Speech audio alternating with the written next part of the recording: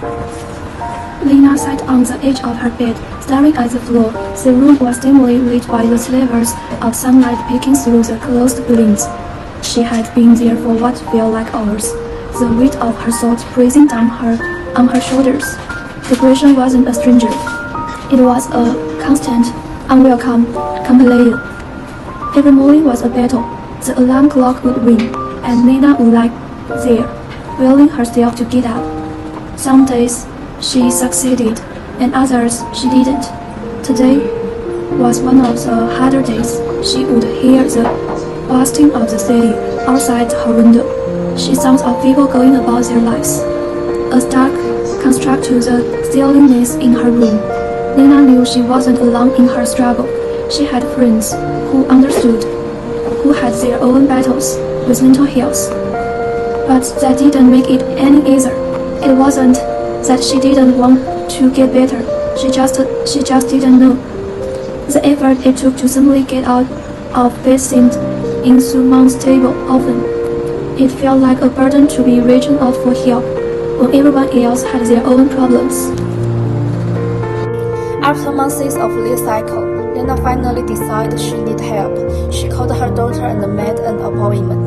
The first step was terrifying, but she knew she couldn't keep going like this. Her daughter referred her to a therapist, and though Lena was skeptical, she agreed to go. Her therapist, Dr. Bandit, was kind and patient. In their first session, Lena found it difficult to open up, but Dr. Bandit reassured her that it was okay to take things slowly. They talked about Lena's feelings, her fears, and her struggles. Dr. Bennett helped Lena understand that depression wasn't something to be ashamed of, but rather something that needed to be managed with care and support.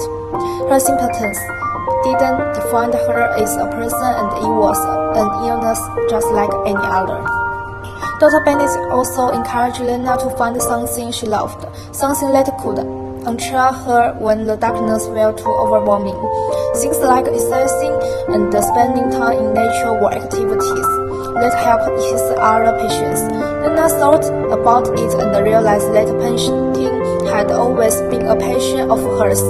So on days like today, she forced herself to pick up a brush. It wasn't a magical cure, but it was a start. Lena walked to her small studio space in the corner of her apartment. The blank canvas stared back at her, a challenge and an opportunity. She dipped her brush into the paints, the colors vibrant and alive, a stark contrast to how she felt inside.